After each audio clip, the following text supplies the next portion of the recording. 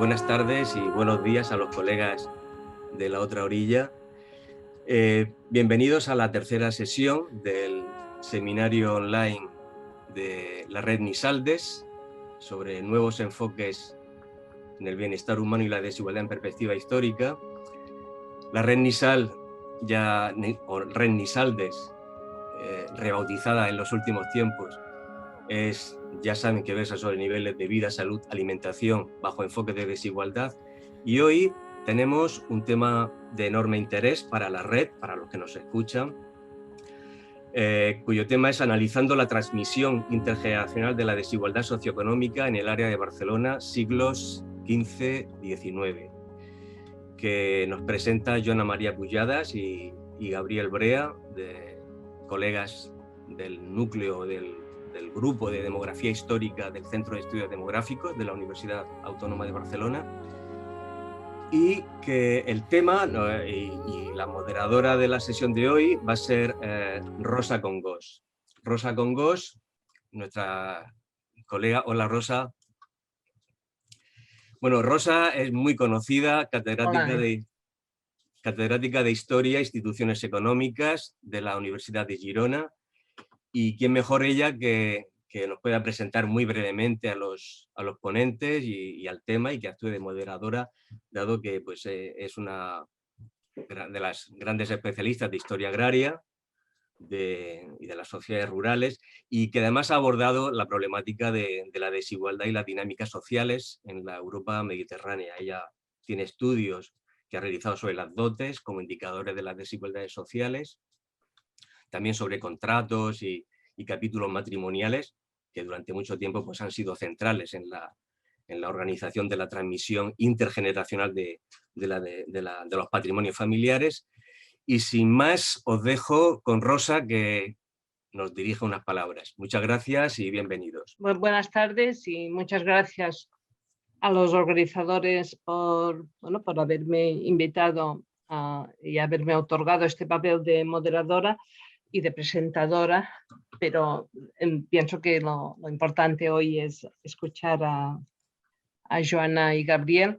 Lo único que puedo decir es que, bueno, desde hace tiempo que somos muchos los historiadores o las personas interesadas en las desigualdades sociales, pero estas desigualdades sociales y económicas enlazadas, o sea, esta problemática enlazadas con los grupos sociales, con estos intentos, que pienso que es lo más novedoso, ¿no? de enlazar la demografía o sea, son distintas capas.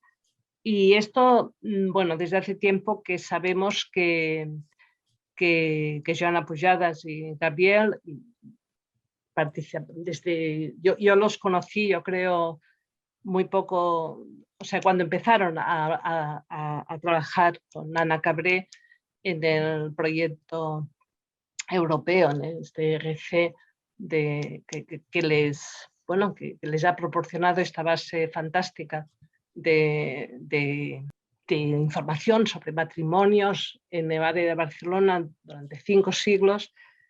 Y bueno, y últimamente yo creo que están haciendo un esfuerzo un esfuerzo que nos interesa mucho a todos los que trabajamos, porque es aprovechar esta formidable base de datos para preguntarse y para ir más allá en esto que a mí personalmente o a nuestro grupo de investigación nos preocupa desde hace tiempo, que es estudiar las desigualdades sociales, pero no en abstracto, ¿no? Sino a partir de ver los grupos sociales, de ver cómo se enlazaban, y aquí está la parte, yo creo, más novedosa de sus últimos trabajos, ¿no? Dando mucha importancia también al papel que puede jugar la transmisión intergeneracional. Entonces, yo creo que los dos son historiadores de formación.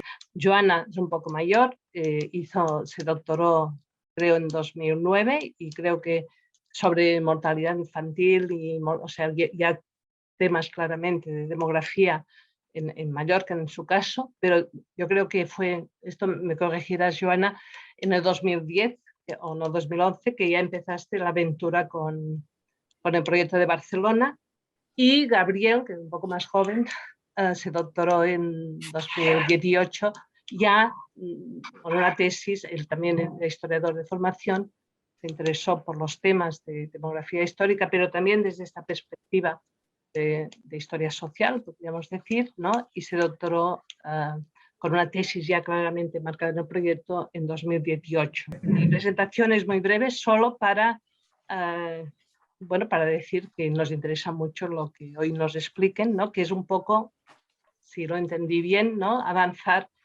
o sea, los últimos resultados del proyecto que en estos momentos están en curso, ¿no? Financiado por el Ministerio, ¿no? que trata sobre el título del seminario, que lo ha dicho José Miguel, que es la transmisión intergeneracional de la desigualdad socioeconómica en el área de Barcelona, siglos XV-XIX. Bueno, Joana, tú tenéis la palabra, no sé cómo os lo vais a organizar, creo que los dos vais a intervenir casi al mismo, bueno, ya os lo habéis organizado, tenéis unos 45 minutos y luego, entre todos, pues organizaremos el debate. Muchísimas gracias por la presentación. Muchísimas gracias.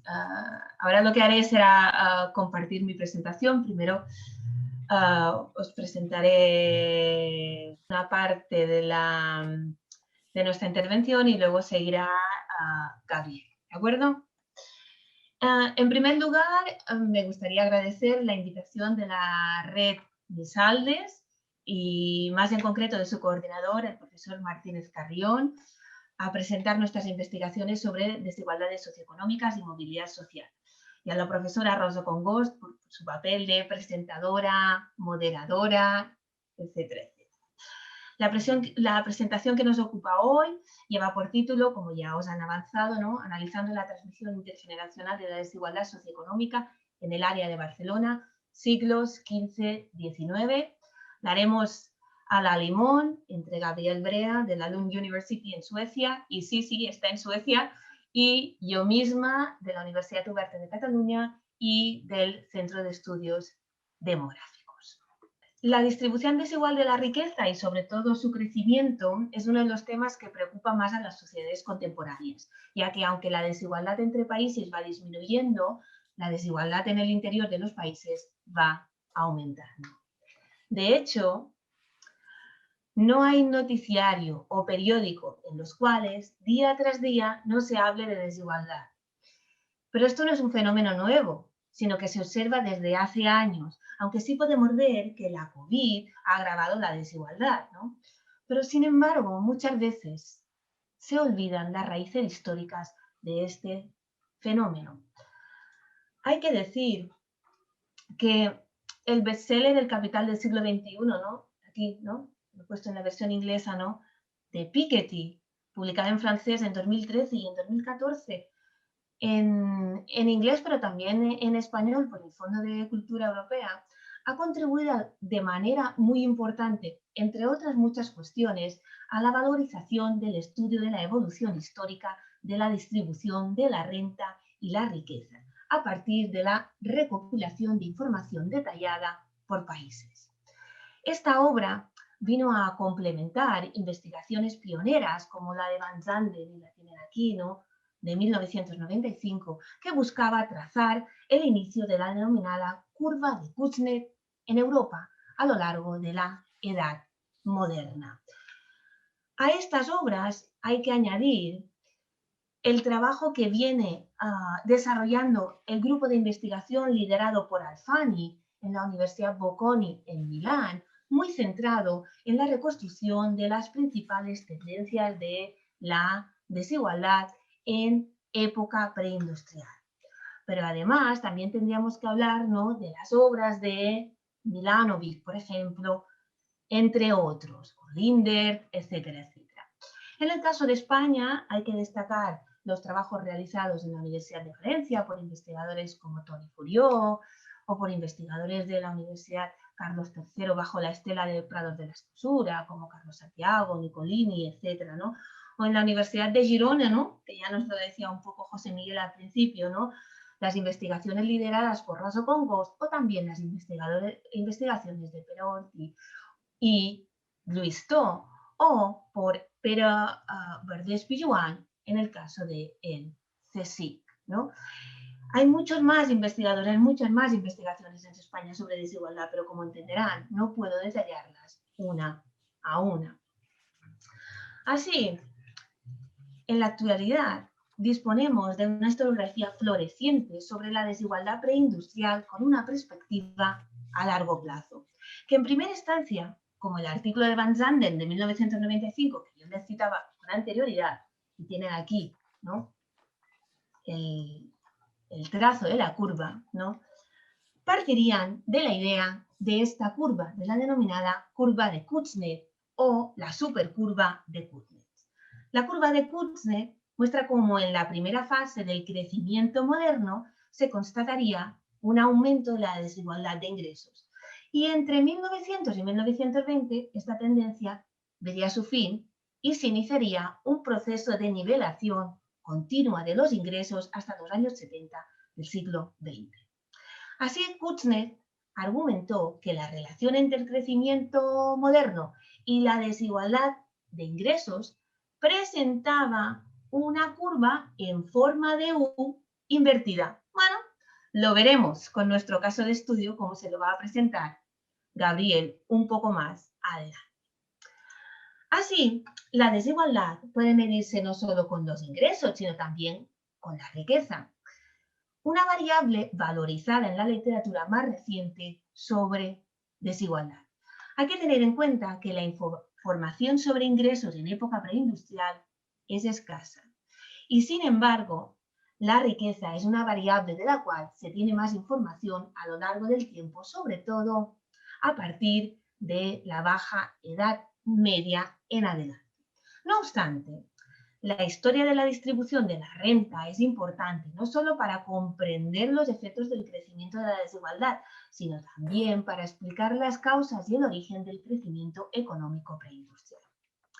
Pero además, en nuestros estudios, como presentaremos hoy, en nuestros estudios sobre desigualdad, no solo tenemos en cuenta la riqueza, sino que proponemos la estimación de la desigualdad a partir de la relación entre el estatus ocupacional y el estatus socioeconómico como proxy del capital humano. Es decir, combinaremos información fiscal con el estatus ocupacional o social a partir del concepto de capacidad contributiva, que en inglés se denomina ability to pay, del que Gabriel les dará más detalles cuando presentemos nuestros resultados de desigualdad a largo plazo.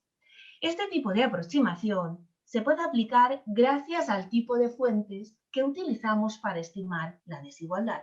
Les avanzo, y Rosa ya nos lo ha dicho, es un registro fiscal matrimonial que abarca 5 siglos.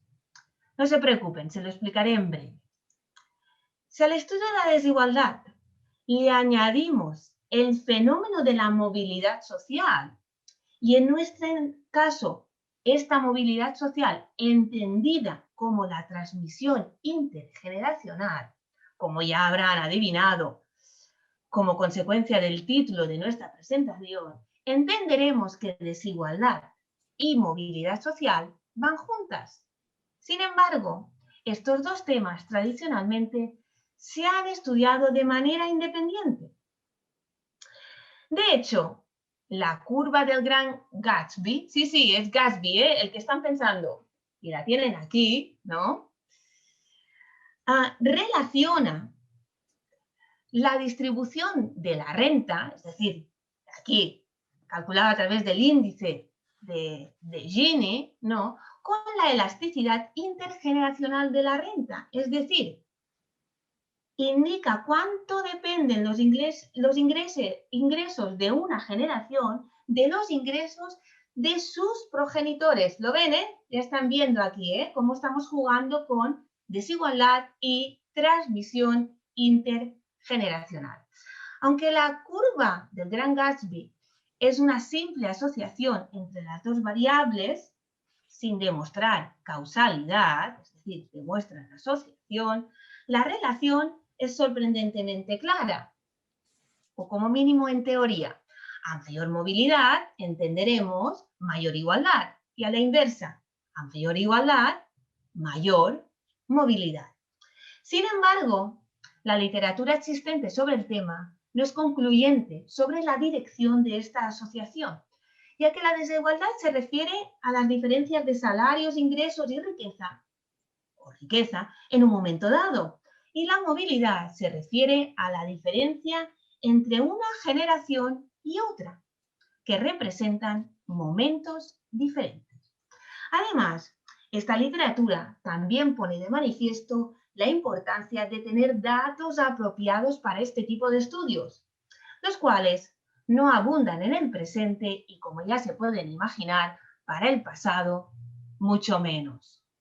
Así, los objetivos de esta presentación serán, por un lado, establecer las tendencias a largo plazo de la desigualdad económica en el área de Barcelona para los siglos XV hasta el siglo XIX. Y por otro, contribuir al estudio de la interrelación entre la desigualdad y la movilidad social, también para la misma área de Barcelona y para el mismo periodo, siglo XV, siglo XIX.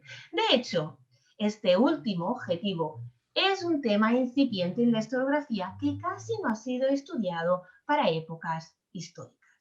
Estas investigaciones se desarrollan en el marco del proyecto de I+D+I que lidero en la actualidad, que lleva por título Condicionantes demográficos de la desigualdad económica, una aproximación histórica siglos XVIII-XX, financiado por el Ministerio de Ciencia, del cual Gabriel Brea también forma parte.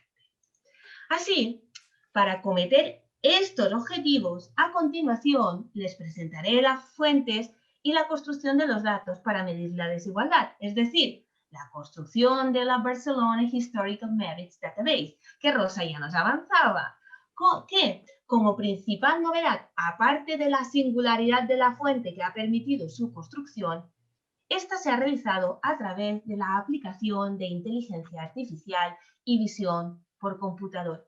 Sí, me han oído bien. La inteligencia artificial también es cosa del pasado. Una vez hayamos presentado los datos, les presentaremos los resultados de nuestro caso de estudio y pasaré la palabra al doctor Gabriel Brea, quien les explicará la evolución de la desigualdad y su transmisión en el área de Barcelona, como ya les avanzaba con anterioridad.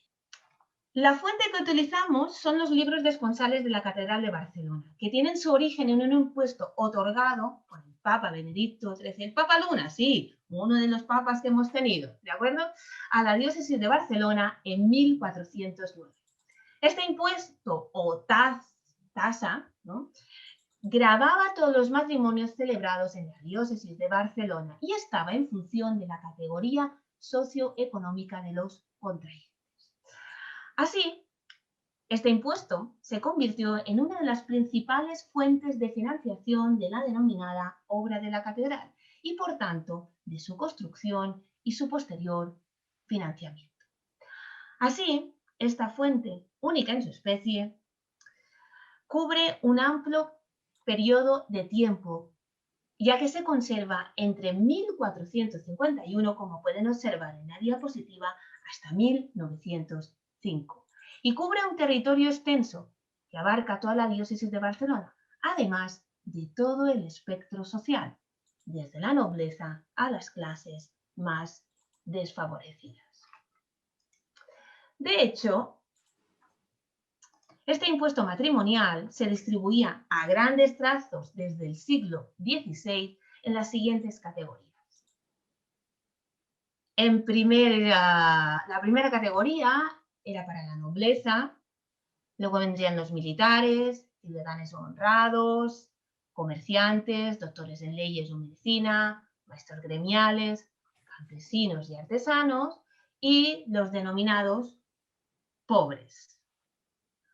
Los contenidos de estas categorías se fueron adaptando a la transformación económica de cada momento, como pueden apreciar en este ejemplo del siglo XIX.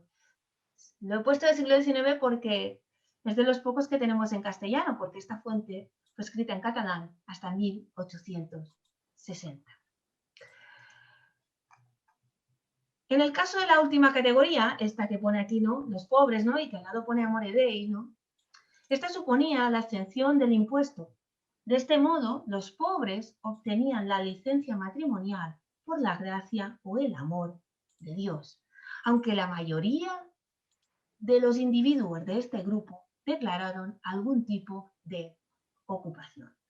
Este impuesto, como pueden ver aquí, se registró en libras, sueldos y dineros, es decir, en unidades de cuenta, las cuales eran comunes en buena parte de la documentación económica hasta la primera mitad del siglo XIX.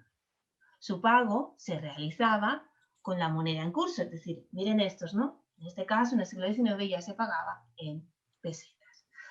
Cabe apuntar que la tarifa general, ¿no?, donde aquí ponen jornaleros, labradores y menestrales, se correspondía, grosso modo, al valor de un jornal, es decir, de un jornal diario.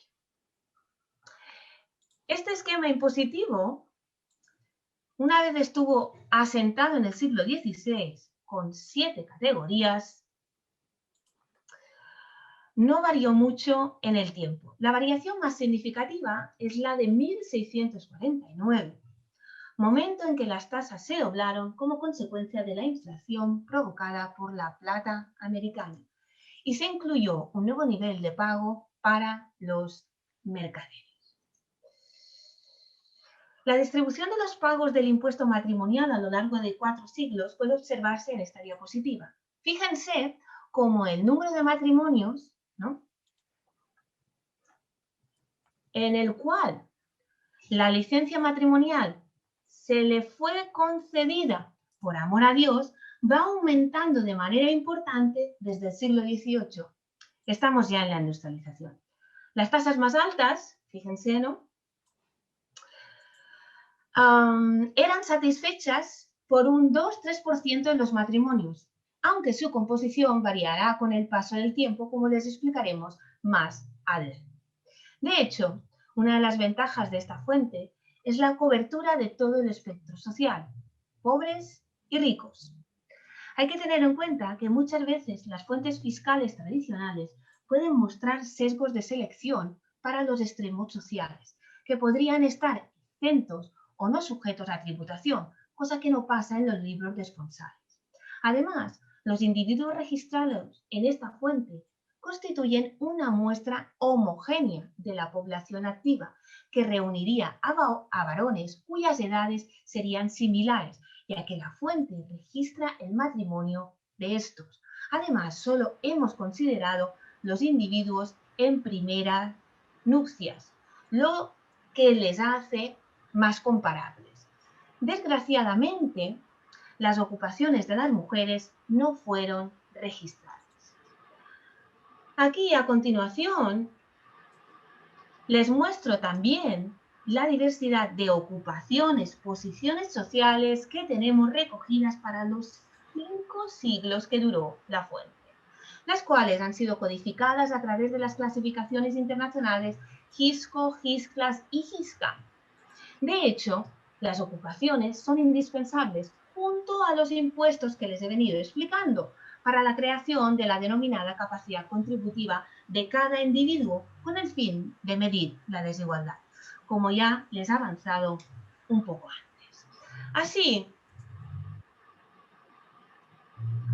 la Barcelona Historical Database, es decir, la base de datos que vamos a utilizar, ¿no?, para analizar la desigualdad a largo plazo y la transmisión de la desigualdad entre generaciones, recoge los más de 600.000 matrimonios que tuvieron lugar en la diócesis de Barcelona entre 1451 y 1905. Esta diócesis, a principios del siglo XX, contaba con 250 parroquias y comprendían los principales núcleos de población de la época, como Barcelona, Mataró, Sabadell, Terrassa y un conglomerado de poblaciones rurales situadas en las comarcas actuales del Baix Llobregat, Barcelonès, Maresme y Vallès Occidental, como pueden apreciar en el mapa de la diapositiva. Esta base fue compilada, como ya nos decía Rosa, en el marco del proyecto Five Centuries of Marriages, dirigido por la profesora Ana Cabré y financiado por el European Research Council. Al principio de la presentación, les he dicho que la creación de estos datos había sido con la ayuda de la inteligencia artificial. Vamos a ver un poco más sobre este tema. De hecho, gracias a la visión por computador, se ha podido acometer problemas derivados del estado de conservación de la fuente. Claro, estamos hablando de una fuente que el primer libro conservado es de 1451. ¿No? Fíjense en el estado original de este libro, y en este caso este es un libro del siglo XVI, que como consecuencia de la tinta ferruginosa, no les descubro nada nuevo, ¿no? Cada hoja tiene una franja central en muy malas condiciones y gracias a toda una serie de algoritmos de mejora de imagen, fíjense, ¿no?, cómo hemos sido capaces de mejorar las imágenes. Una vez tratadas las imágenes que requerían, ¿no?, de un tratamiento especial por problemas de conservación, se inició el entrenamiento de los algoritmos de visión por computador para la transcripción automática de letra manuscrita. Sí, OCR, pero en lugar de ser con letra a máquina, es con letra a mano. De hecho, este entrenamiento se realizó a través de una aplicación web, aquí la tienen, ¿no?, diseñada ad hoc a partir de la transcripción manual de los libros responsales en un entorno amigable, ¿no? Fíjense, ¿no? Tenemos un display que tiene arriba la fuente y abajo la ficha a rellenar, que a su vez sirve para entrenar los algoritmos.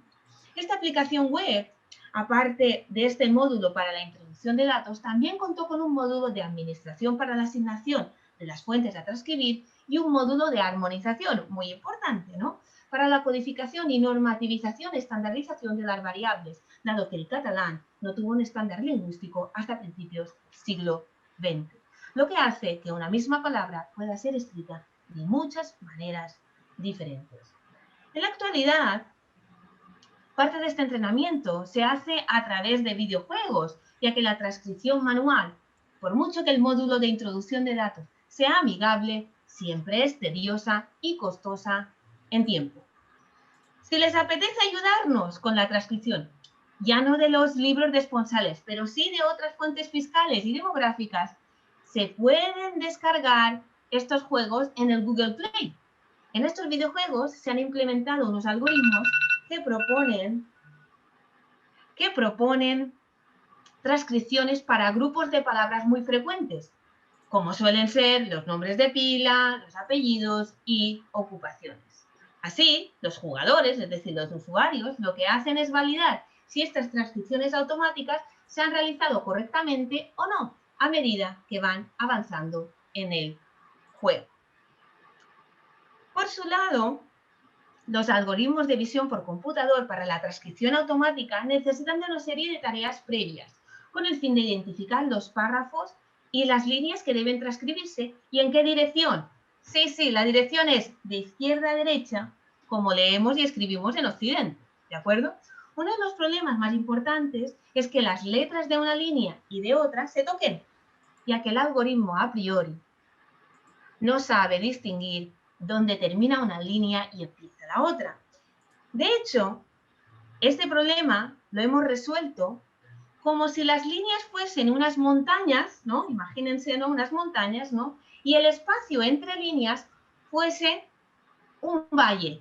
Y entre medio creásemos un camino que sería el que indica la separación entre una línea y la siguiente. Seguidamente, les muestro las diferentes técnicas que se han aplicado para la transcripción automática, para que se puedan hacer una idea. No entraré en muchos detalles, pero sí que verán cómo ha sido el proceso.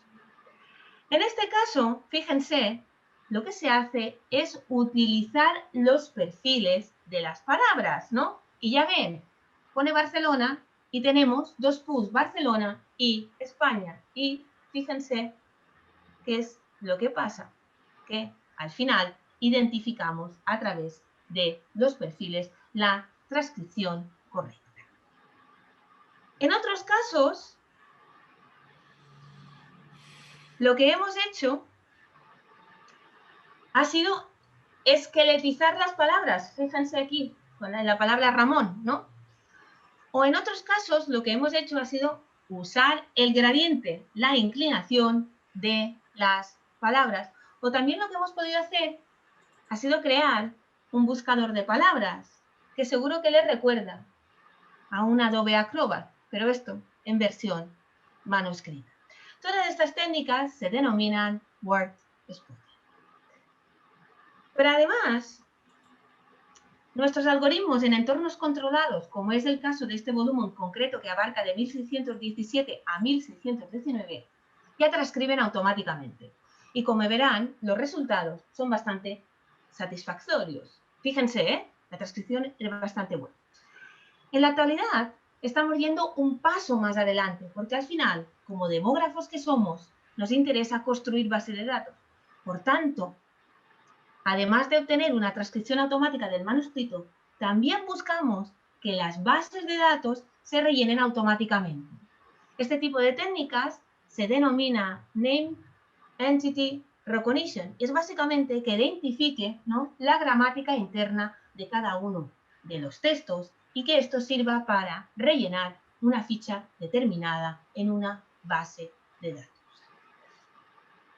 En el chat les dejo, en un segundo, si puedo ir al chat. En el chat, espere, no me deja ir al chat. Bueno, si no, os la voy a poner luego. A ver. No me deja ir al chat. En el chat les dejaré una demostración en vídeo de todas estas técnicas que les he enseñado para que lo puedan visionar más tranquilamente y vean exactamente la magnitud de este tipo de operaciones. Y ya para terminar con la construcción de los datos y ya pasar la palabra a Gabriel, nuestro título de la presentación en realidad lo que dice que es analizar la transmisión intergeneracional. Por tanto, de alguna manera tenemos que crear estas generaciones, ¿no? Por tanto, lo que hemos hecho, lo que ha sido necesario, ha sido crear genealogías de padres e hijos e hijas, ¿de acuerdo?, durante los 5 siglos que dura la fuente. Así, lo que hemos hecho ha sido vincular nominativamente a través del uso de string distance, ¿de acuerdo?, exactamente de 3 tipos, ¿no?, que es la Levenshtein distance, la back distance y la longest common substring distance, ¿de acuerdo? Lo que hemos hecho es vincular los matrimonios de los padres con los matrimonios de sus hijos o hijas, porque fíjense en el diagrama de la diapositiva. Un día el que fue el contrayente, es decir, el marido o la mujer, en la siguiente generación será el padre y las madres de los contrayentes, es decir, de sus hijos. Aparte de este tipo de link determinístico, ¿no?, usando esta string distance, ¿de acuerdo?, también hemos aplicado una validación probabilística basada en la ocupación, posición social de padres e hijos e hijas y el origen, residencia de los padres e hijos e hijas, etcétera, etcétera. Aquí les dejo una de las reconstrucciones para que se hagan la idea. Es una reconstrucción del siglo XVI-XVII. De hecho, los padres se casan en el siglo XVI y sus hijos ya casi todos en el siglo XVII. Por tanto, en realidad lo que haremos será analizar estas genealogías. Y aquí paso la palabra a mi compañero Gabriel Brea. ¿Prefieres que siga compartiendo o compartes tú?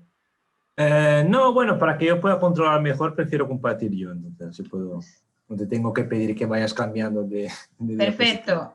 Y aquí, ahora vale. sí que he podido acceder al chat y les dejo lo que les comentaba sobre la demostración de estas técnicas de visión por computador que hemos aplicado para la construcción de los datos. Vean, the floor is yours. Perfecto. Thank you very much. Muy bien, pues creo que pueden ver mis diapositivas también.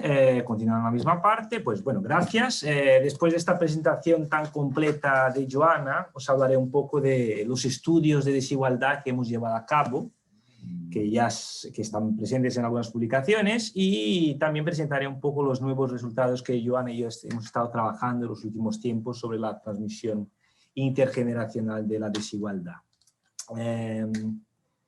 Bien, con los datos fiscales y ocupacionales que Joana nos ha presentado antes, una de las cosas que pudimos hacer fue calcular la desigualdad económica a lo largo de casi 5 siglos, ¿no? En este gráfico lo que pueden ver son las tendencias anuales del índice de Gini. O sea, para los que no estén tan familiarizados, el índice de Gini es seguramente el indicador de desigualdad más utilizado mundialmente, y lo que hace básicamente es capturar cuán fuerte puede ser la concentración de renta. ¿De acuerdo? El índice va de 0, que sería igualdad completa, a 1, que sería desigualdad completa. Y bueno, y en el gráfico que os presento aquí, podemos ver el índice de Gini desde 1481 hasta 1880, anualmente para el área de Barcelona, y podemos distinguir aquí 3 grandes fases, ¿no? Una fase de fluctuación de la desigualdad en el siglo XVI, de forma importante, conectando con lo que decía Joana antes de la curva de Kuznets, ¿no? Una segunda fase de importante aumento de la desigualdad en el siglo XVII, en la primera mitad del siglo XVIII, ¿no? Que es una desigualdad alta ya en época preindustrial. Y finalmente, lo que podemos ver es una tercera fase, donde hay primero un descenso de la desigualdad en la primera mitad del XVIII y el primer cuarto del XIX, para después ver un aumento importante de la desigualdad que coincide con el proceso de industrialización catalana. De todas formas, para poder estimar la desigualdad socioeconómica, que es lo que ya os avanzaba antes Joana, lo que hicimos fue aplicar el concepto de capacidad contributiva. O sea, básicamente lo que hace es combinar la variable económica que teníamos, que eran las tasas, con el estatus socioeconómico, o sea, el estatus socioocupacional, mejor dicho, como una forma más precisa de estimar el capital humano de los individuos que se casaban en el área de Barcelona.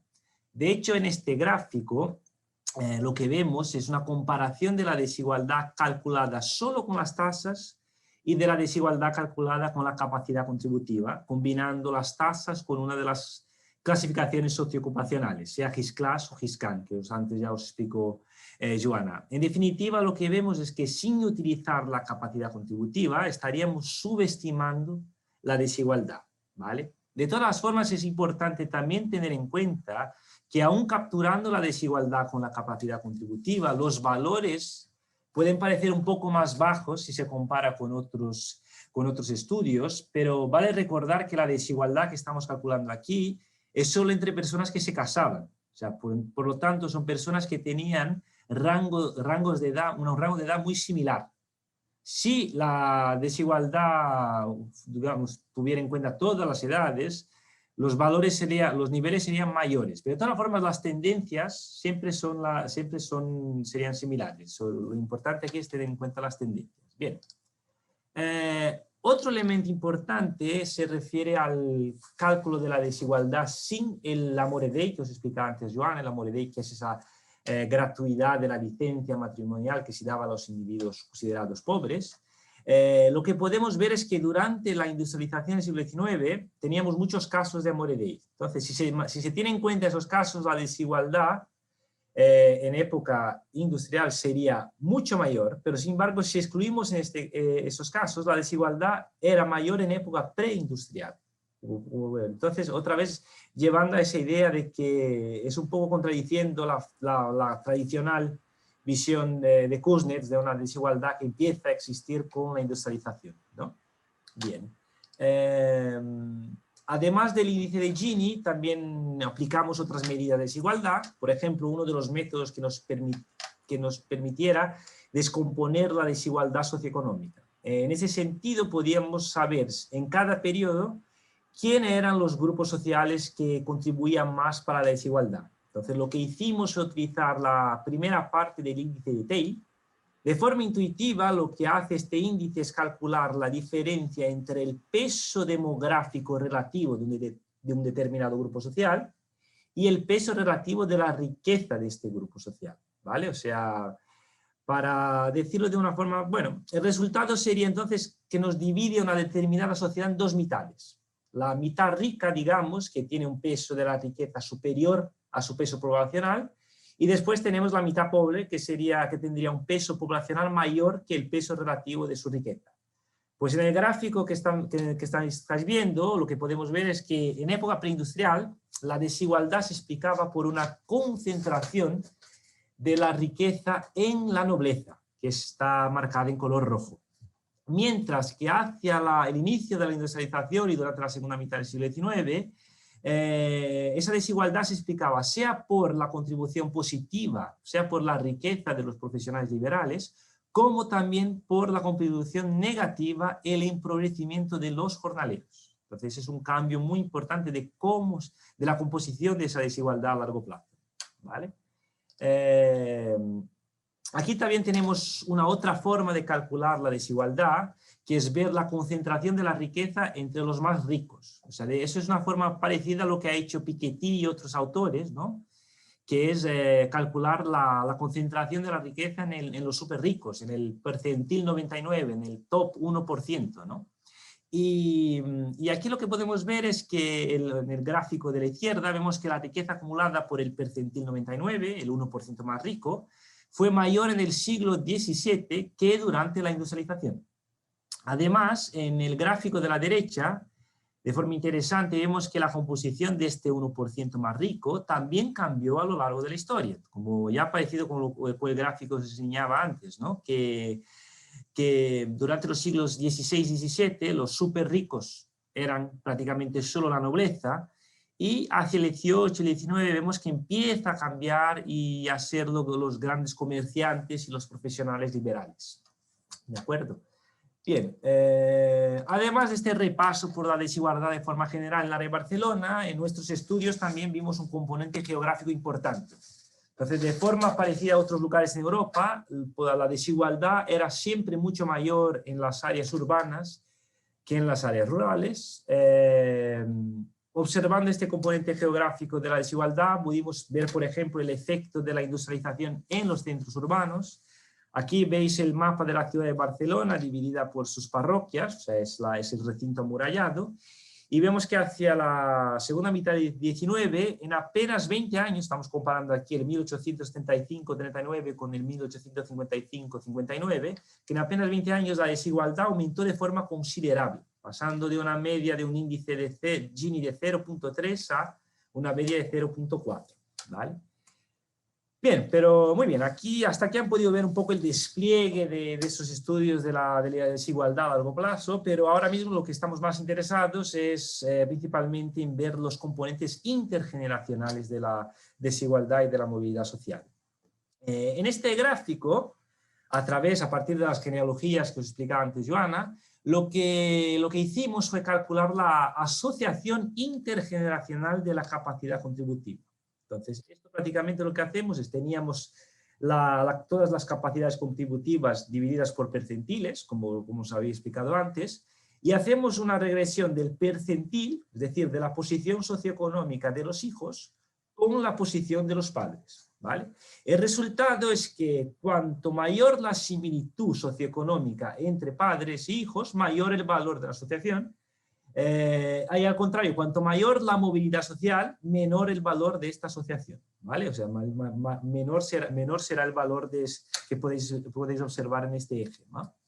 Y bueno, entonces pues en este gráfico lo que vemos es que a lo largo de 4 siglos la movilidad social intergeneracional aumentó de forma considerable, como es de esperarse, mientras que en los siglos XVI y XVII la posición socioeconómica de los hijos se explicaba entre un 70-50% por la posición socioeconómica de sus padres. En el siglo XVIII y XIX esa asociación es de solo un 30%.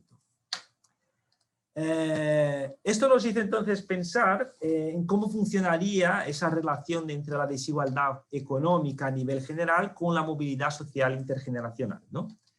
Aquí replicamos a la idea que os hablaba antes Joana de la curva del Gran Gatsby, y de forma interesante vemos que la correlación entre la desigualdad y la movilidad intergeneracional es negativa, al contrario de lo que pasa hoy en día.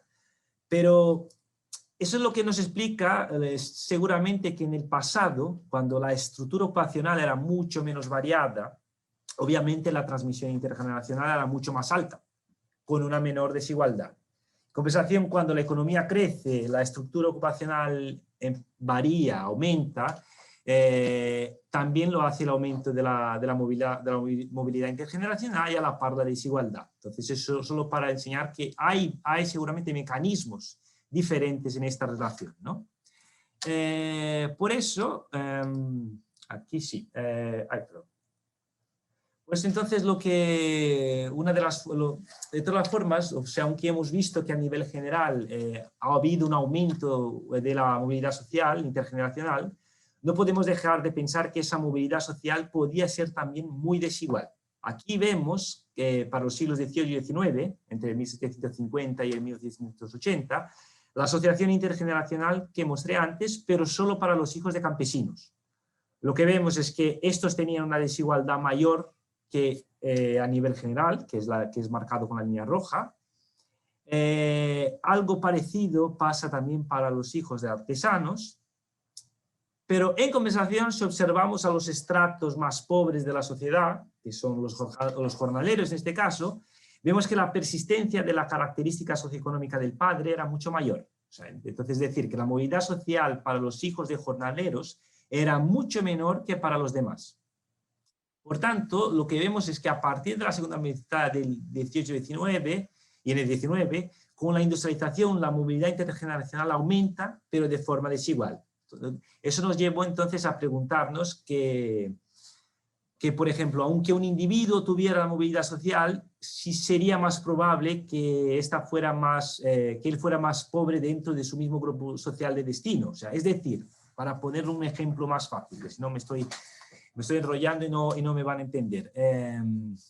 Si comparamos dos comerciantes, uno era el hijo de un artesano, mientras que el segundo comerciante era hijo también de un comerciante, ¿no? O sea, lo que nos preguntamos es si sería el caso que el comerciante hijo de un artesano tuviera una probabilidad mayor de estar en aquella mitad pobre, de tener una contribución negativa entre los comerciantes que el hijo de un comerciante. Entonces eso quiere decir que aunque tuvieras movilidad social ascendiente, el venir de un background, tener un padre más de una clase social menor, te haría estar en posición desigual en comparación con otros en tu misma clase social. Bien, pues en esta tabla lo que hacemos es hacer un modelo por grupos sociales diferentes, viendo la probabilidad de que un individuo tenga una contribución negativa a la desigualdad, o sea, que esté en la mitad pobre, en la mitad pobre que os decía antes, en su mismo grupo social. O sea, es decir, la probabilidad de que esté en esa mitad más pobre. Pues lo que podemos ver es que, uno, si tu padre también había tenido una contribución negativa, la probabilidad de tener una contribución negativa era mayor, o sea que había una transmisión intergeneracional, principalmente entre los campesinos y los jornaleros, que estaba marcado en color, con los colores aquí verde y amarillo, ¿no? Dos, vemos también que la probabilidad de tener una contribución negativa era mucho mayor para las hijas que para los hijos. Eso es una cosa que nos llamó la atención porque en algunos estudios anteriores que hemos hecho para el siglo XVI y XVII veíamos que las mujeres tenían una mayor probabilidad de movilidad social ascendiente, pero lo que podemos ver es que esa movilidad social ascendiente seguramente también conllevaba una transmisión de la desigualdad. Y finalmente, en la tercera parte, es uno de los resultados que nos llamó más la atención, podemos ver que aquellos individuos que se mueven hacia clases sociales más altas, en este caso los comerciantes, ¿no? Si sus padres eran de otra clase social, es decir, que aunque ellos hubieran tenido una movilidad social ascendiente, lo podemos ver es que si eran hijos de artesanos, de campesinos y de jornaleros, eran muchísimo más probables de estar en la parte baja. Entonces, es un poco aquella idea que os estaba diciendo antes. Aunque un individuo hubiera conseguido tener una movilidad social ascendiente, había podido transformarse en un comerciante, el hecho de que su padre no fuera comerciante le dejaba obviamente una posición mucho más desigual, ¿no? Entonces eso más que nada lo que nos está llevando la idea es de que hay que empezar un poco a mirar con más atención, hay que empezar a tener en cuenta que es verdad que durante la industrialización, con la variación de la estructura ocupacional, la movilidad social aumenta, pero hay que estudiar en detalle porque muchas veces esa movilidad social puede ser un poco, por decirlo entre comillas, tramposa, ¿no? Puede estar mascarando una serie de desigualdades que continuaban existiendo. Y bueno, yo creo que eso es todo. Muchas gracias. Vale, bueno, pues gracias, muchísimas gracias a Joana y a Gabriel. Y bueno, yo tengo algunas preguntas, pero pienso que lo mejor es abrir el debate, porque seguro que ha despertado muchos comentarios. Yo no sé si, para organizarlo un poco, si hay preguntas para la parte de Joana, que es un poco la introducción, ¿no? Sobre las fuentes, sobre el trabajo previo a los resultados. Si acaso podríamos, si hay preguntas que supongo que serán del tipo más de pedir aclaraciones o más información, quizás damos paso primero a estas preguntas y luego ya a los dos las preguntas más sobre la parte que nos ha presentado Gabriel, ¿no? Pero yo pienso que si la primera parte, si hay alguna duda sobre lo que has explicado tú, sobre la fuente, esto puede ayudar también luego quiero decir que es como... Bueno, sí. Pero si os parece bien. Que podemos contestar. Sí. Que contestéis los dos, pero quiero decir, si acaso, a lo mejor no hay ninguna pregunta sobre la primera parte, entonces ya pasamos a comentarios más generales. Pero lo digo por si hubiese alguna pregunta sobre no tanto sobre los coeficientes de Gini, cómo se han construido las variables o esto, sino sobre la fuente misma, ¿no? Pero bueno, a lo mejor quizá ya es muy conocida esta fuente, Joana, por lo tanto, ya a lo mejor no hay preguntas. Entonces, bueno, Víctor, adelante. Bueno, que lo primero quería era felicitar a los dos autores, me ha parecido súper interesante. Yo ya conocía más o menos la fuente porque había estado en el CED de estancia y bueno, y varias veces he escuchado a Joana hablar de la fuente de este libro de matrimonio y tal, me parece tremendo, ¿no? El libro de Esposales. Pero mi pregunta iba un poco más centrada en los resultados que habéis mostrado, que me han parecido muy interesantes también, y hay dos cuestiones que me han generado una pequeña duda. Sé que Gabriel lo ha explicado, pero hay un punto que no me ha quedado a mí del todo claro, creo que también porque me he despistado un pelín.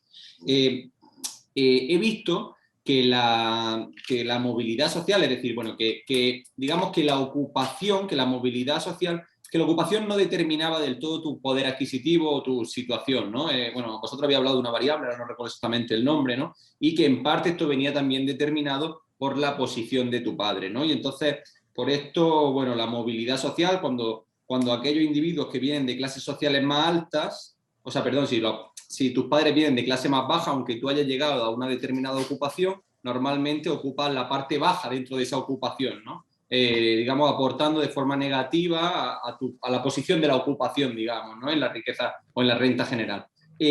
Lo que no me ha quedado claro del todo es si la relación contraria también se daba, es decir, si tu padre era comerciante o era noble y tú pasabas a ser jornalero, si también ocupaba una posición alta dentro de esta clase baja, digamos, dentro de esta ocupación con un menor estatus socioeconómico. Y entiendo que sí, que se regalará la inmigración, pero no me ha quedado claro, ¿no? Creo que no lo habéis explicitado, ¿no?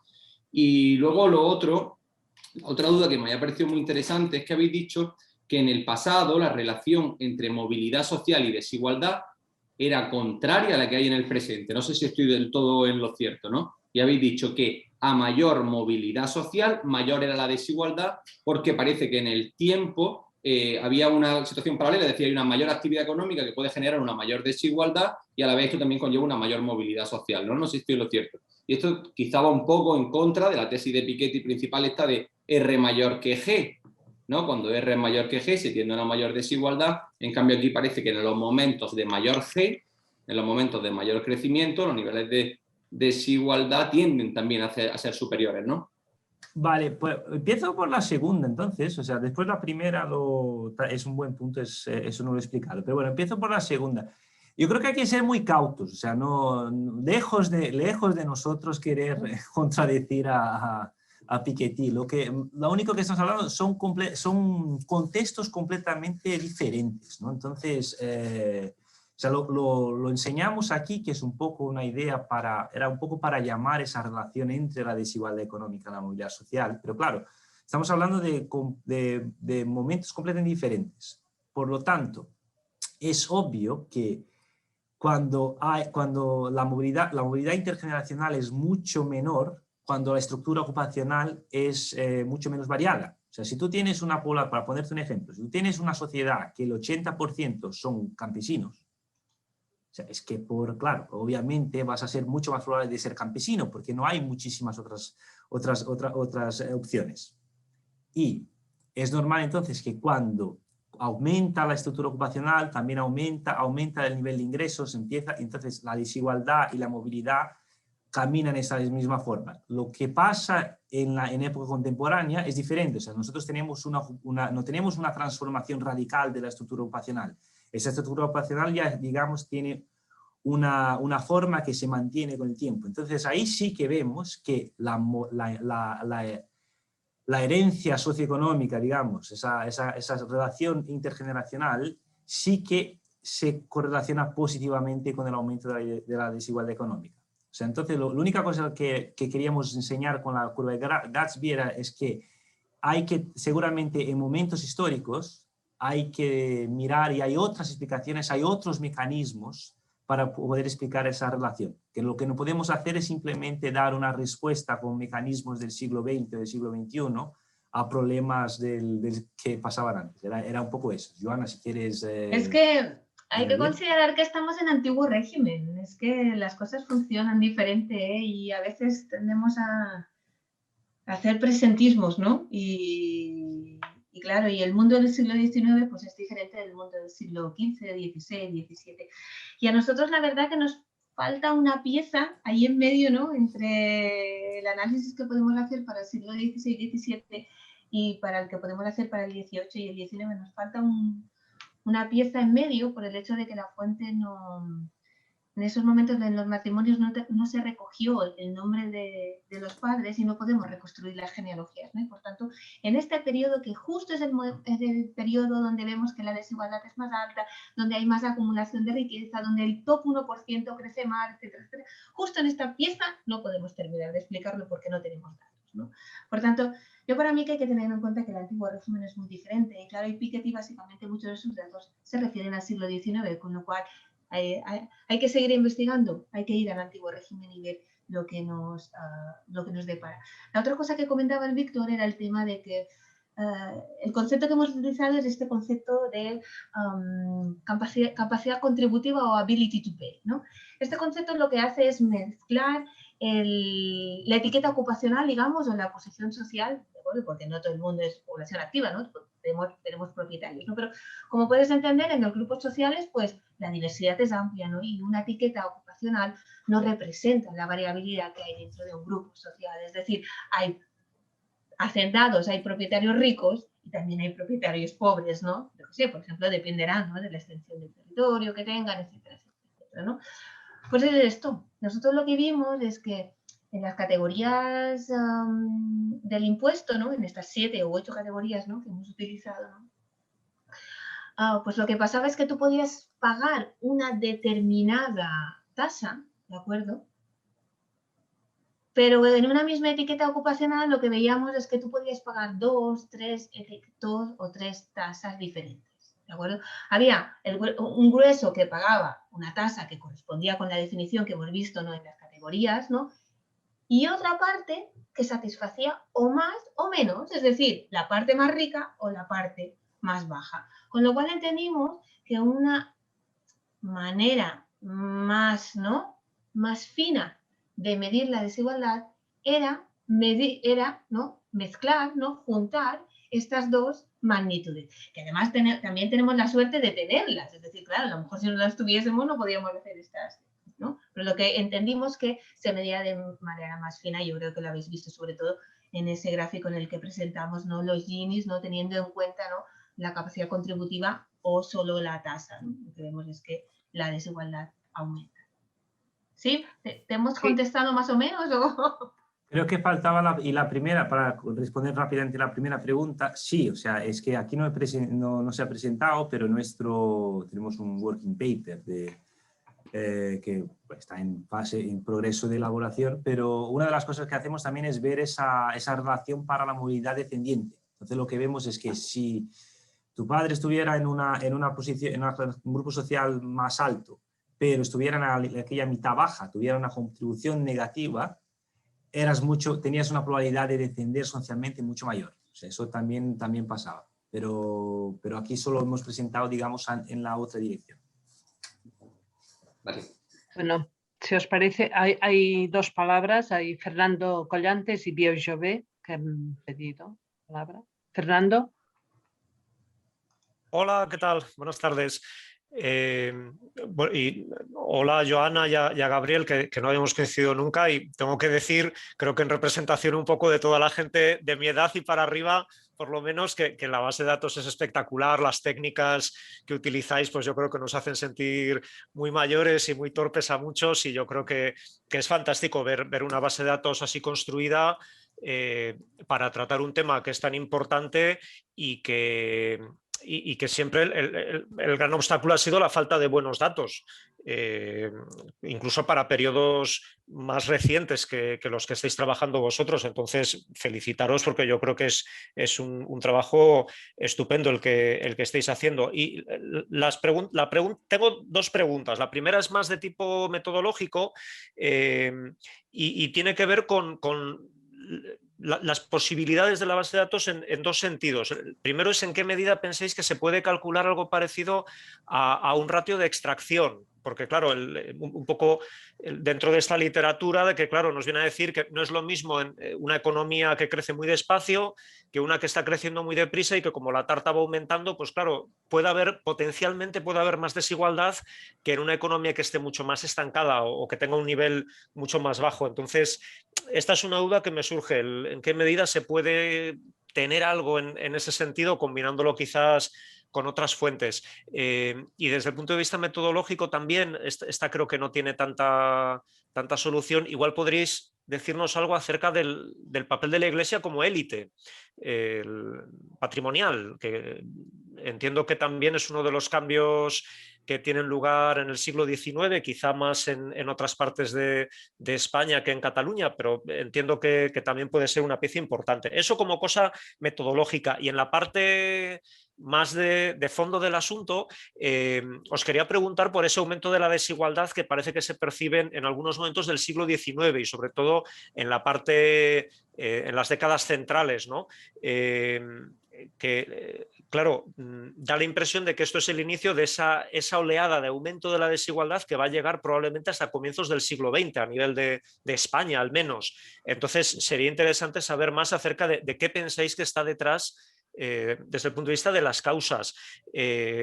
Está detrás, yo creo que esto no debe de ser muy importante estadísticamente, pero está detrás el hecho de que la gente se está pasando a la industria y entonces el cambio estructural está provocando ese aumento de la desigualdad.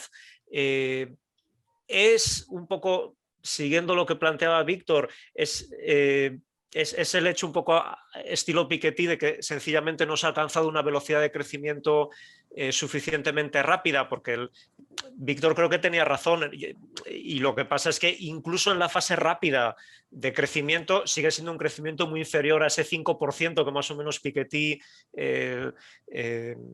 encuentra para la R, ¿no? del de la rentabilidad de los capitales. Entonces, tengo esa duda de qué es lo que puede haber detrás. ¿Qué papel pensáis, un poco en conexión con el trabajo que han hecho José Miguel y otros, ¿no?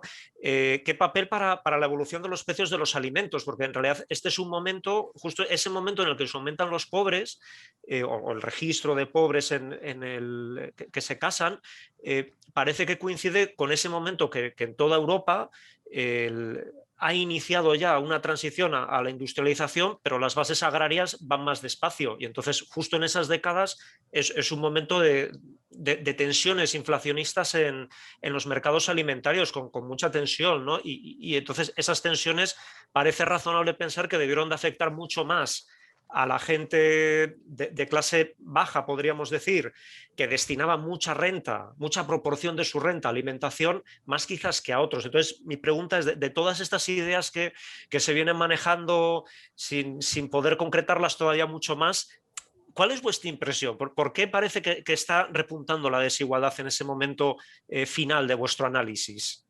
Pues entonces quedan dos preguntas principales, ¿no? Para la primera, aunque no me gusta, voy a hacer un poco de publicidad, voy a poner en el chat porque es un artículo que tenemos en la European Review of Economic History, pues que hemos calculado el extraction ratio. O sea, creo que cuando lo estabas diciendo, yo y Joana hemos hecho una risa porque era uno de los puntos del revisor. Yo creo que no está en la versión original, pero... Yo no era, que quede claro. A ver si era collante. No, yo no era. Pero sí que lo hemos hecho, ¿no? Y al final era un poco, digamos, hasta lo que necesitamos para rematar que la desigualdad preindustrial era mayor, era mayor y más nociva que aquella que observamos en el siglo XVIII y XIX. Sin embargo, para el siglo XIX, me dices, ¿qué es lo que pensamos que aumenta muchísimo esa desigualdad? Bueno, nuestra principal línea de argumentación aquí es la cuestión clara, tiene que ver con la industria y es el proceso de proletarización. Entonces, un sistema de fábrica con más fuerte aún a partir de la segunda mitad del siglo XIX, un poquito antes, ¿no?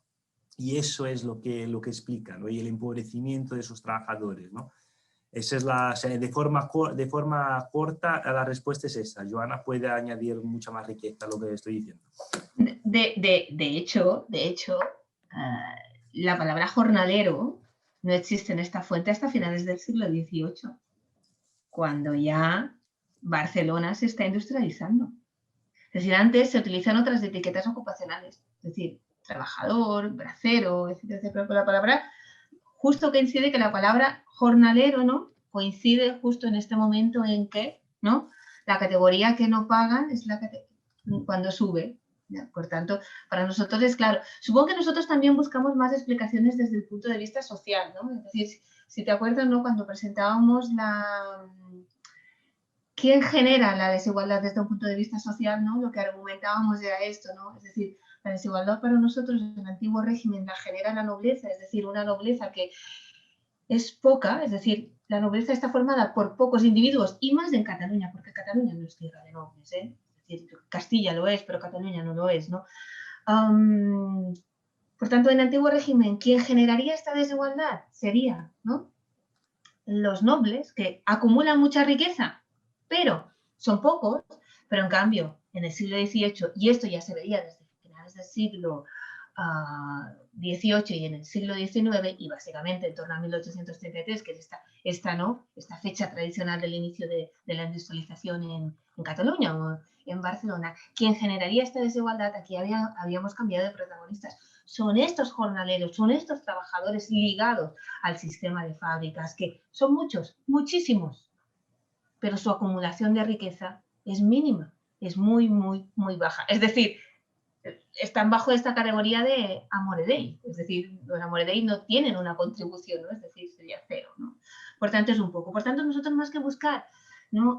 Respuestas en subida de precios, que eso también, también nos explicaría, la buscamos más desde un punto de vista social, con la variación, ¿no? La variación de estos grupos sociales, es decir, esta transformación económica vista a través de una variación en la composición social.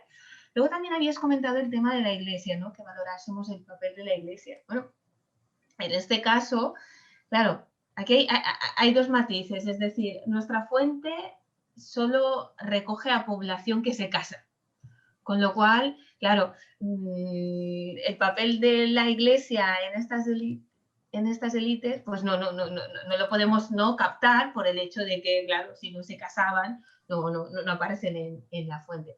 Pero sí lo que podemos decir es que, fíjense lo que ha durado este impuesto. Es decir, los libros que hemos analizado cubren desde 1451 hasta 1905. Es decir, son más fiables hasta 1880, porque luego lo que pasa es que entre 1880 y 1905 estos registros solo hacen referencia a la ciudad de Barcelona.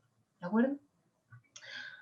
Pero claro, es una fuente que duró 5 siglos. E incluso pensamos, por informaciones indirectas, de que esta fuente empezó con anterioridad, pero el primer libro conservado y de manera continuada es de 1451. Por tanto, esto fue imprescindible. Y supongo que fue imprescindible porque era la Iglesia que estaba detrás, ¿no? Es decir, esto de que la Iglesia ahí se va manteniendo, ¿no?, a lo largo de los siglos, etcétera, etcétera. Por tanto, la otra cosa que comentabas, el tema de la Iglesia, pero esto es otro paper que también tenemos, porque hoy, Gabriel, parece que hemos venido aquí a hacer publicidad de nuestros papers. La secularización en Cataluña es temprana en comparación con otras regiones españolas. Y es temprana por el papel de estos comerciantes, estos artesanos que hemos visto. ¿De acuerdo? Es decir, estos tienen mucho que explicar en el tema de la secularización. Creo que más o menos te hemos contestado todo, ¿no? Sí. Muchas gracias y enhorabuena por el trabajo. No, muchas gracias a vosotros. Biel Jové. Hola, buenas tardes. Bueno, en primer lugar, enhorabuena por el trabajo y los trabajos presentados, ¿no? Yo quisiera hacer dos preguntas, ¿no?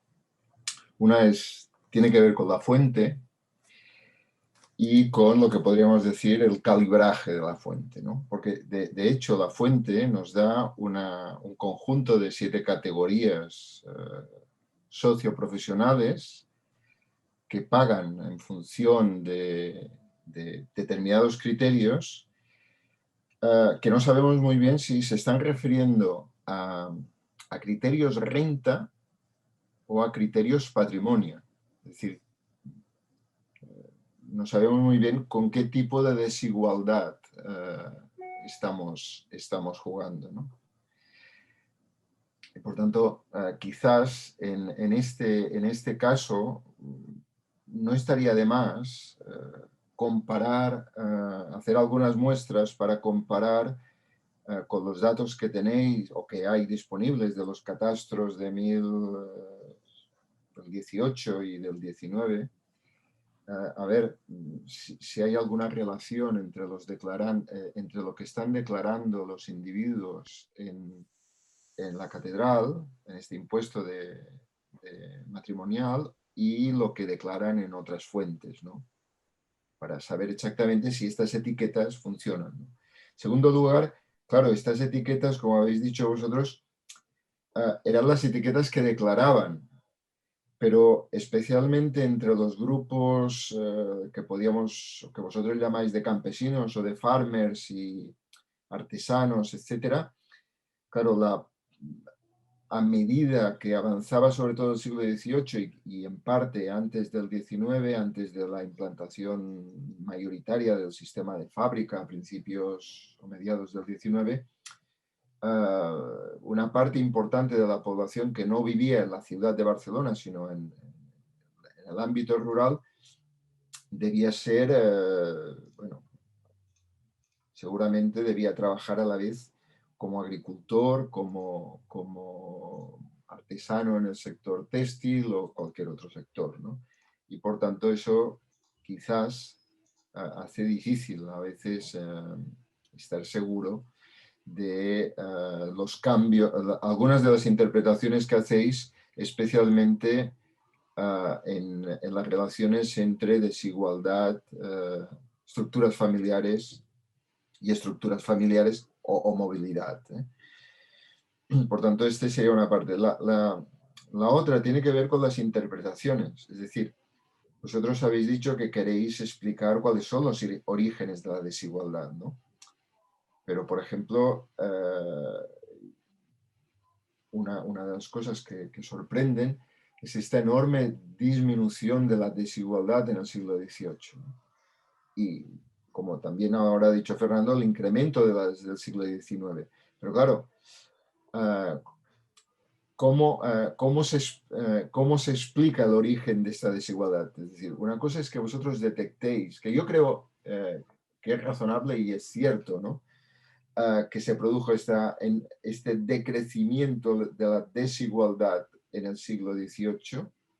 Pero bueno, esto se tiene que explicar por factores, digamos, de carácter político-social, por decirlo así, ¿no? Y por decisiones económicas, de la misma manera que el incremento de la desigualdad o de las desigualdades en el siglo XIX también se tienen que explicar. Es decir, algo ha cambiado, si queréis, desde una perspectiva social, institucional, que hace que aumenten en unos periodos la desigualdad y en otros disminuyan, ¿no? En otras regiones, cuando en Cataluña está disminuyendo la desigualdad, se está incrementando esta desigualdad, ¿no?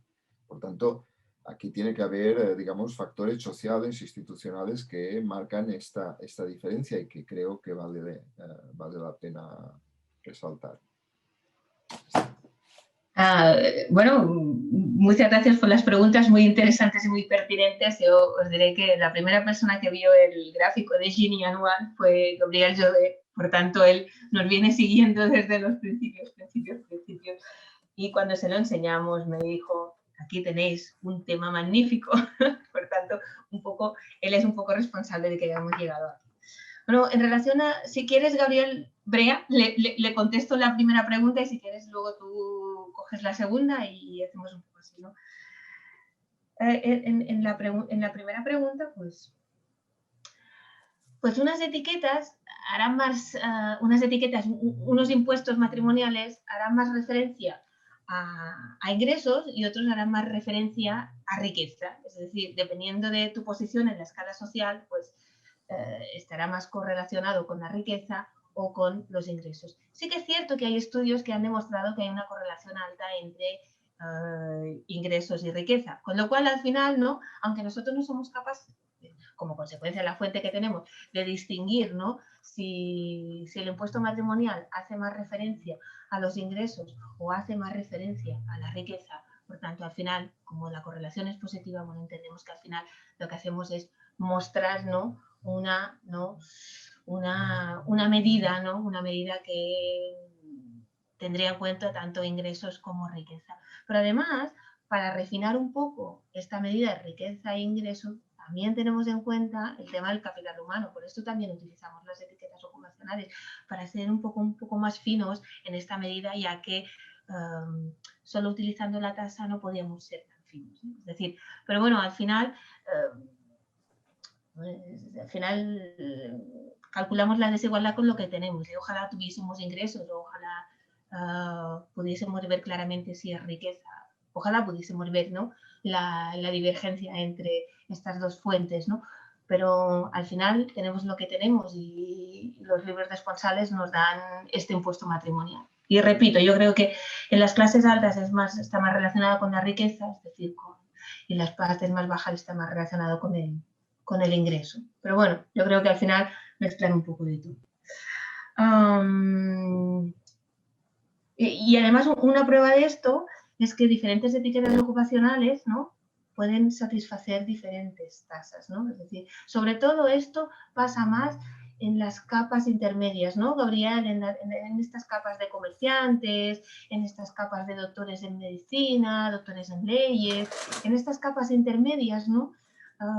Pues hay más de una mezcla entre unos que pueden satisfacer unas tasas más altas y unas tasas más bajas. Con lo cual, es decir, estas capas también servirían un poco de intermediarias entre riqueza y ingresos. Brea, ¿añades alguna cosa más a esta reflexión?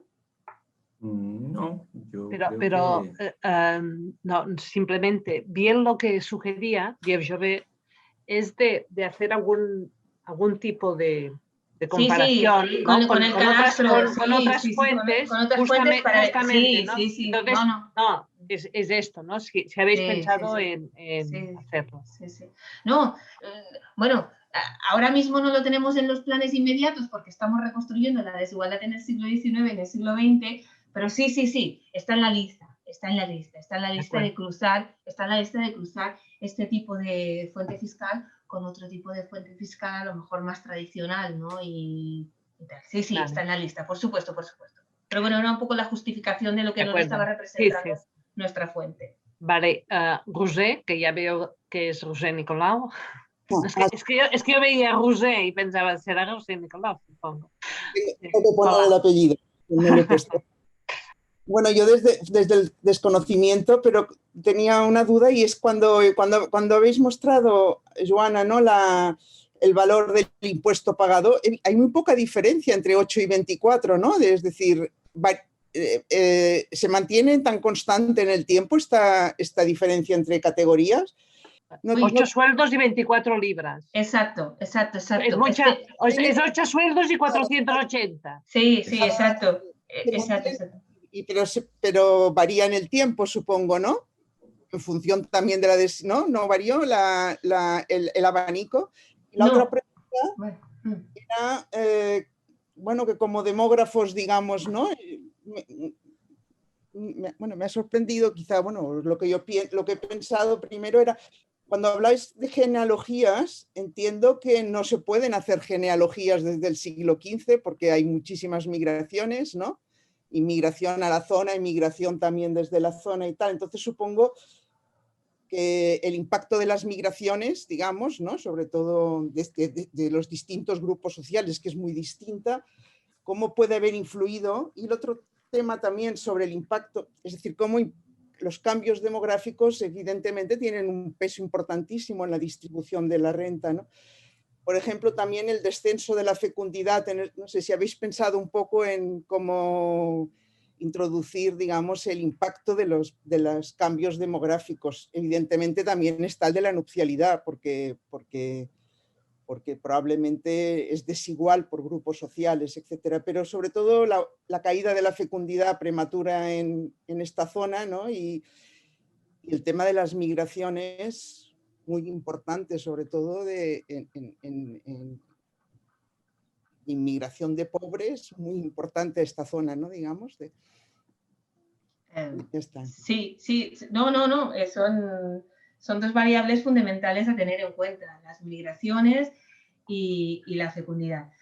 Por lo que atañe a las migraciones, nosotros estamos analizando un territorio que es muy amplio. Es decir, en 1900 tenemos 250 parroquias. Evidentemente perdemos casos, pero también somos una zona que atraemos, es decir, las migraciones de franceses se concentran básicamente en la parte de la costa. Fijaos, ¿no? Como la oficialidad o la diócesis de Barcelona tiene mucha parte de costa. Por tanto, lo que entendemos nosotros es que más que perder, lo que hacemos es vamos ganando, ¿no? Vamos ganando población. Y no solo en la época moderna, sino también en la época contemporánea. Es decir, la industrialización lo que hace, ¿no? Como muy bien sabes tú, ¿no? Es, ¿no? Atraer hasta esta zona, ¿no?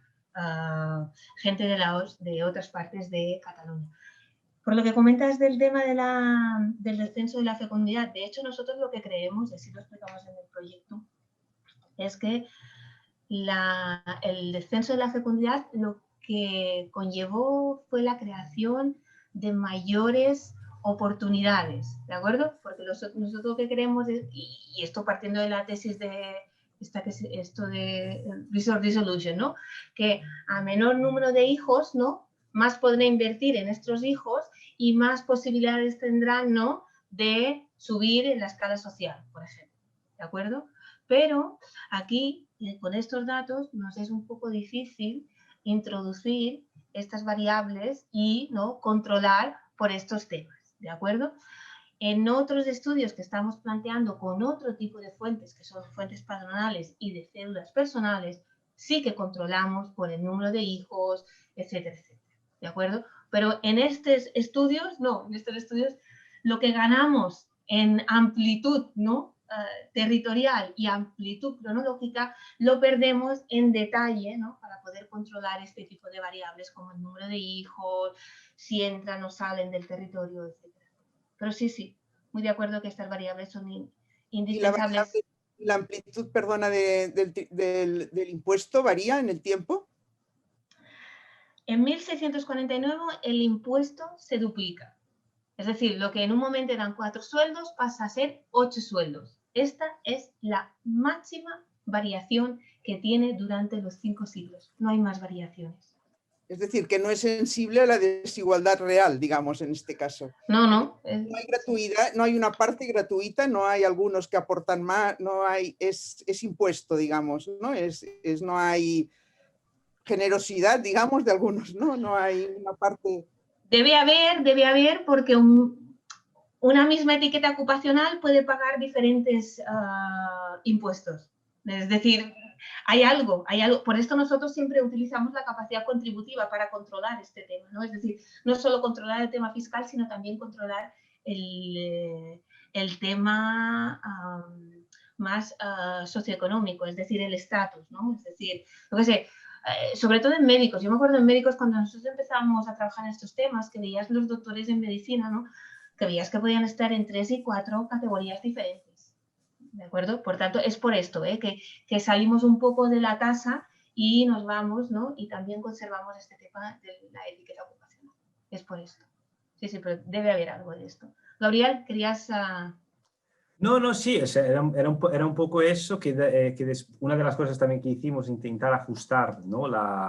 esa variación de las unidades de cuenta, ¿no? En relación un poco a largo plazo, cómo podría cambiar, porque una de las críticas que cuando publicamos el primer artículo sobre eso era sobre esa devaluación o no de las unidades de cuenta, ¿no? Entonces, el problema de las unidades de cuenta sí, puede parecer problema, es muy bueno porque, por ejemplo, quien trabaja con renta a nivel histórico, siempre tiene que intentar ajustar por inflación, ¿no? Y las unidades de cuenta lo que nos ayuda es tener un valor que puede ser el mismo a lo largo del tiempo. Pero de todas las formas, lo que Joana ya ha respondido, sí que había mucha variedad, o sea, no es que solo hubiera esas categorías. Dentro de las categorías y una ocupación podía pagar una categoría u otra. Había bastante más variedad de lo que se podría imaginar, pero bueno, era un poco eso. Ya está. Es decir, las etiquetas ocupacionales no son homogéneas en cuanto a impuesto, son heterogéneas.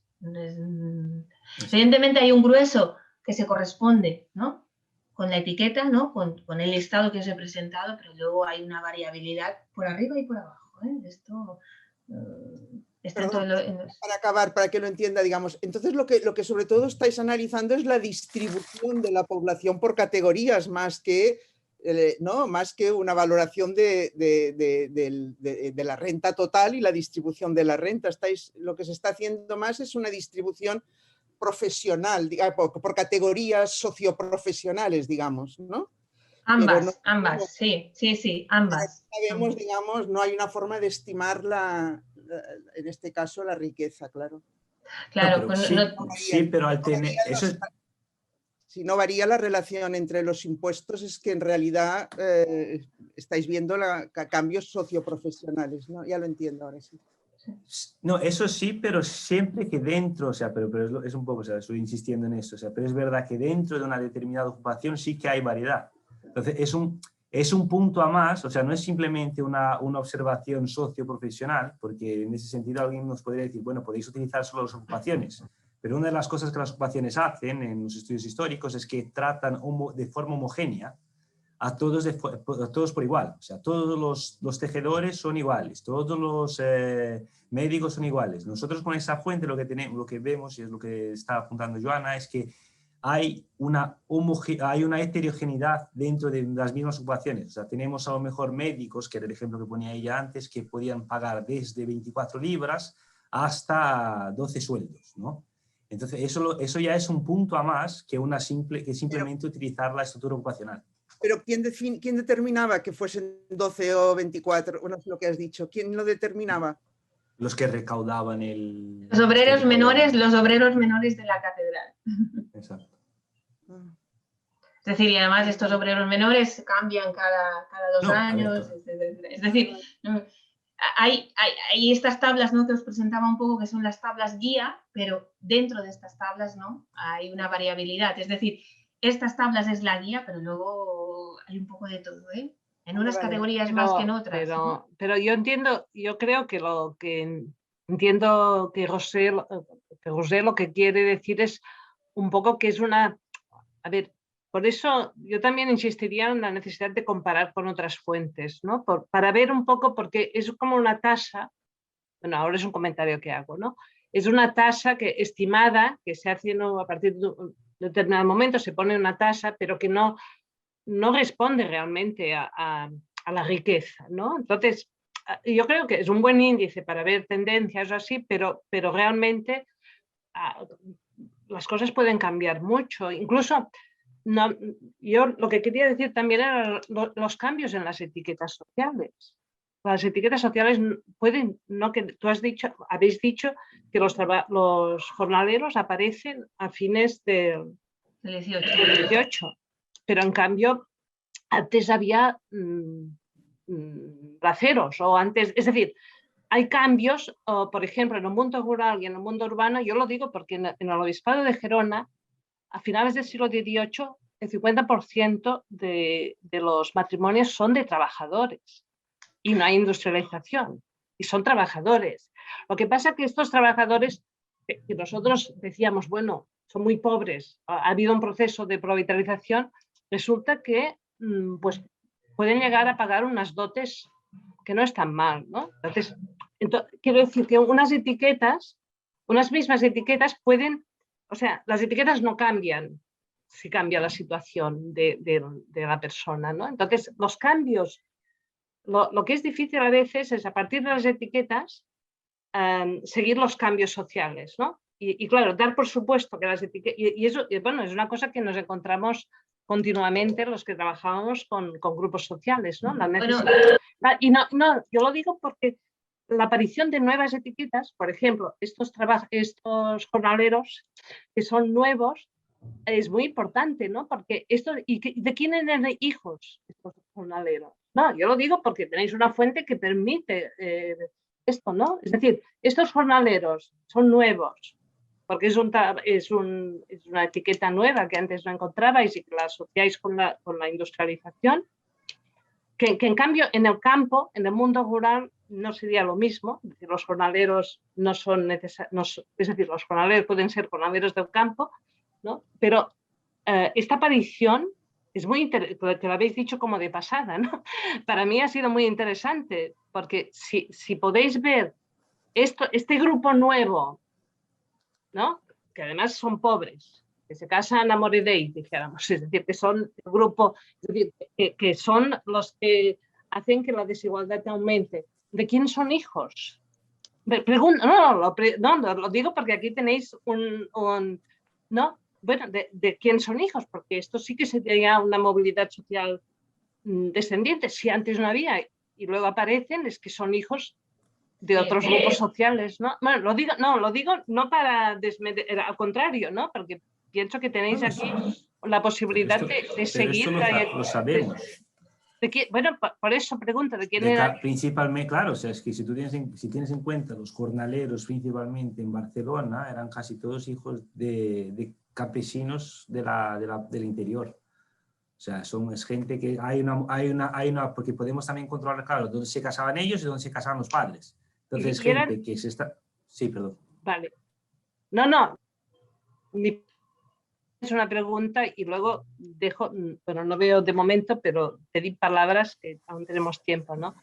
Pero de hecho, déjame, solo una cosa. Nosotros en algunas zonas de Cataluña, el payés, que es lo que encontráis, supongo, la categoría payés, ¿no? O labrador, ¿no? Cuando decís campesino, seguramente no encontráis campesino, porque campesino no existe como etiqueta. No, sí, como payés.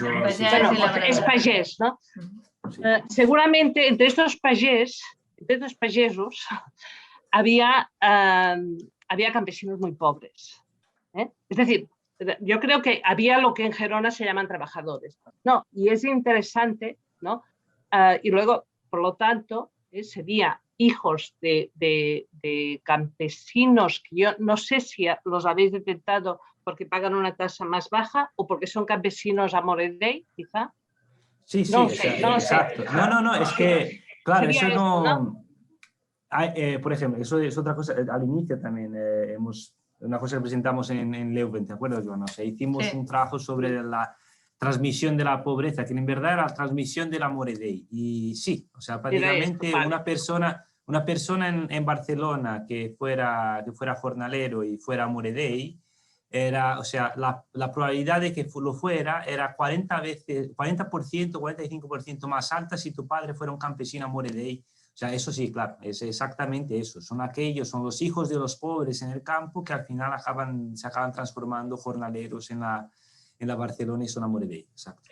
No, y la otra pregunta que yo quería hacer simplemente, bueno, tenía otras cosas, pero no, era si tenéis información, porque no me ha quedado claro, sobre los padres, o sea, si aparte de conseguir enlazar historias familiares, podríamos decir, de los padres, de los matrimonios de los padres, los matrimonios de los hijos, si en el momento del matrimonio, o sea, en el momento de esto, si hay información, aparte de entendido que sobre todo de un novio, del oficio, bueno, de la ocupación del novio, y en cambio poca bueno, no sé si era padre de la novia, pero no, la pregunta sería si también hay información sobre padre del novio, porque así también se podrían seguir cambios en la ocupación de la misma persona.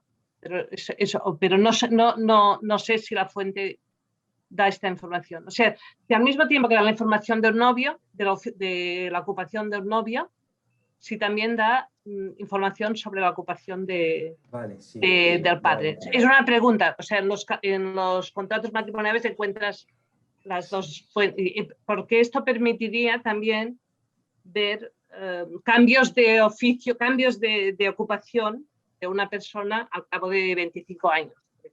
Sí. Pregunta. Sí, bueno, un par de cosas. Hay cambios en la etimología, es decir, en la palabra hacendado en el antiguo régimen no existe y existe en el siglo XIX, con lo cual hay variaciones, es decir, tampoco no es que la fuente sea estable, sino que la fuente es sensible, ¿no? Sí. Es sensible. Aunque el listado de tasas no es sensible a la variación, sí que el contenido de estas tasas se fue adecuando, ¿no?, a la transformación socioeconómica de cada momento, con lo cual los jornaleros, como decía, empiezan en el siglo XVIII, final del siglo XVIII, que es plena industrialización, y en cambio la etiqueta trabajador cae en desuso, ¿no? Es decir, que no se utiliza en demasía, ¿no? Pero hay otras adaptaciones, ¿eh? Empieza a salir otras etiquetas ocupacionales como burgués, ¿no? Esta es una cosa muy del siglo XIX, ¿no? En cambio, la etiqueta industrial no sale mucho, ¿no? Es decir, los industriales muchas veces están bajo etiquetas como comerciante, etc. ¿De acuerdo? Por tanto, digamos que el listado de tasas no es sensible a la variación, pero sí que el contenido de cada una de las categorías socioeconómicas que tenemos sí que es sensible, con lo cual es un esquema tardomedieval, es decir, uno cuando lo ve lo que ve es una cosa tardomedieval, pero en realidad está muy adaptado al siglo XIX. Por lo que comentabas de los jornaleros, un poco te ha comentado, ¿no, Gabriel, quiénes son? Pues, evidentemente, ¿no? Si eres amore Dei, tienes muchas probabilidades de que tu padre también lo fuese, ¿no? O sería al revés, ¿no? Si el padre es amore Dei, el hijo tiene muchas probabilidades de ser, ¿no? Es esta transmisión intergeneracional de la pobreza. Lo que sí observamos, y no en este trabajo, sino en otros, ¿de acuerdo? Que estos jornaleros, estos tejedores, estos trabajadores que forman parte de la industria, ¿no? Porque pensemos que nuestra área es donde se produce la industrialización de Cataluña, es decir, tenemos las joyas de la corona, tenemos Barcelona, ¿no? Tenemos Sabadell, tenemos Terrassa, tenemos Mataró, por tanto, es decir, es una zona industrial con más o menos retraso, es decir, unas más antes y otras más después. Esto es la zona de industrialización por excelencia de Cataluña, ¿de acuerdo? En otros estudios y con otras fuentes, lo que sí que hemos visto es que los que entran en la industrialización no son los herederos, no son los primeros hijos, son los segundos, son los terceros. Pero esto significa que en un principio, en el momento que la industrialización está avanzando, es decir, se está instituyendo, estos caen en un proceso de proletización, como es lo que hemos enseñado hoy. Pero a medida que avanza la industrialización, a quien le irá bien desde un punto de vista socioeconómico son a estos segundos, a estos terceros, a estos cuartos. Es decir, el heredero no progresará. No progresará, pero quien progresará serán estas generaciones que ya han crecido, no en el inicio de la industrialización, sino cuando la industrialización ya está consolidada. Con lo cual, claro, aquí nosotros vemos una parte de esta imagen, una parte de esta industrialización. Llegamos a 1880. Lo más importante, por esto antes lo decía, ¿no? Cuando Gabriel Jové nos decía, hay que usar también cadastro Dioles, y yo estaba diciendo, no, es que ahora estamos con otras fuentes.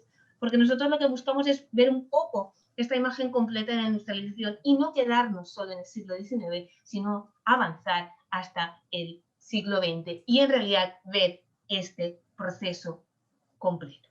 ¿De acuerdo? Por tanto, es un poco esto, es un poco esto, pero sí. Con esta tercera sesión, que es un tema que sin duda nos preocupa a todos y que el pasado pues está efectivamente dando respuestas, pero al mismo tiempo está suscitando muchas preguntas, ¿no? Y esto es interesante, ¿no? Todo el tema de la desigualdad. Yo quería deciros, bueno, agradeceros a todos los asistentes, participantes de aquí y de allá, y los organizadores de la red, pues estamos muy agradecidos por vuestra participación. El compromiso que tenemos es seguir promoviendo debates. Lo que vamos a hacer es, teníamos previsto una sesión para finales de junio, pero la hemos suspendido, lo comunicaremos, porque coincide con el Congreso de Historia Agraria, el Congreso Internacional de la Sociedad de Estudios de Historia Agraria que se celebra en Salamanca. Y aquí aprovecho pues para hacer también promoción porque hay varias sesiones que son muy interesantes y que enlazan con toda la temática de la red Nisaldes. Entonces, daríamos por concluida esta temporada de seminarios de primavera de la red y volveríamos a finales de septiembre con seminarios en otoño, ¿vale? Y nada, pues agradeceros a los asistentes, participantes, por supuesto a Rosa por acompañarnos en la moderación y en el debate y especialmente a Joana y a Gabriel. Y bueno, pues que tengáis una feliz primavera de lo que queda de ella y aprovechemos. Pues un abrazo a todos y hasta pronto.